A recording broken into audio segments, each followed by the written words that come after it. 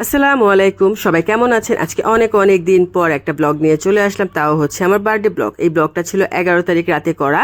তো সেদিন হচ্ছে আমার বার্থডে ছিল 12 তারিখে। তো আমাকে কারণ 11 তারিখে বললো যে চলো একটু বাইরে ঘুরতে যাই। রাতে 10টার দিকে বাসা থেকে বের হয়ে রাতে যখন ঘুরতে ঘুরতে যখন 12টা বেজে যায়, তখন সে টিকটক রোড আছে একটা, সেখানে যেয়ে সে আমাকে দাঁড়া করানোর সামনে গাড়িটা থামানোর পরে সে দেখি পিছন থেকে মিষ্টি আর রুটি এনে আমাকে বলতেছে হ্যাপি বার্থডে। আমি ভাবলাম যে মিষ্টি রুটি দিয়ে হ্যাপি বার্থডে উইশ কে করে রে বাবা। তাও এখন আমি খুব খুশি। তারপরে দেখি যে না, পিছনের দিকে তাকিয়ে দেখি সে আমার জন্য কেকও রেডি করে রাখছে, কেক, ক্যান্ডেল, তারপরে যে স্প্রে করতেছে অনেক কিছু। আসলে অর্ক কানন আমাকে খুশি করার জন্য অনেক চেষ্টা করছে। আমি মানে থ্যাংক ইউ অর্ক কানন দুজনকে, স্পেশালি দুজনকে থ্যাংক ইউ যে তোমরা মানে আসলে আমাকে খুশি করার জন্য মানে অনেক কিছু করছো।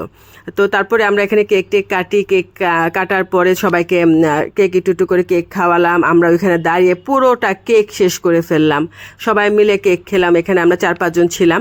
তো সবাই মিলে কেকটা খাওয়ার পরে, কেকটা ছিল খুবই টেস্টি একটা কেক ছিল, চিজ কেক।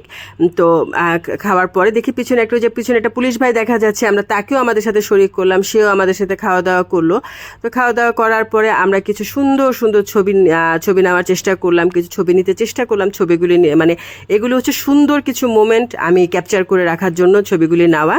তো সেখান থেকে ছবি নেওয়ার পরে কানন বলতেছিল যে চলো এখন আমরা কিছু খেতে যাই, বাট কোনো রেস্টুরেন্ট তো এখন খোলা পাবো না, তাও তো পুরান ঢাকায় গেলাম। যাওয়ার পরে ওইখানে যে অনেক কিছু খাবার অর্ডার করলো। ওইখানে মানে ওদের মেনুতে যা অ্যাভেলেবেল ছিল তাই আমরা সব কিছু অর্ডার করলাম। আর এই ভিডিওটা হচ্ছে 12 তারিখ রাতে আমরা ডিনার করতে বের হয়েছে। এই ট্রিটটা ছিল আমার পক্ষ থেকে সবার জন্য। তো আমরা সবাই ওই দিন অনেক কিছু অর্ডার করি, যে যেটা খেতে চাই সেটাই অর্ডার করলাম। তো সবার জন্য এই খাবার দাবারগুলি অর্ডার করার পরে আমরা খুবই মজা করে মানে সবাই একসাথে খাওয়া দাওয়া করে তারপরে বের হয়ে গেলাম। বাসায় আসতে আসতে দেখি কিউট একটা বেবির তার বাইক দিয়ে তার বাবার সাথে, তারপরে বাসায় চলে আসলাম। থ্যাংক ইউ সো মাচ সবাইকে।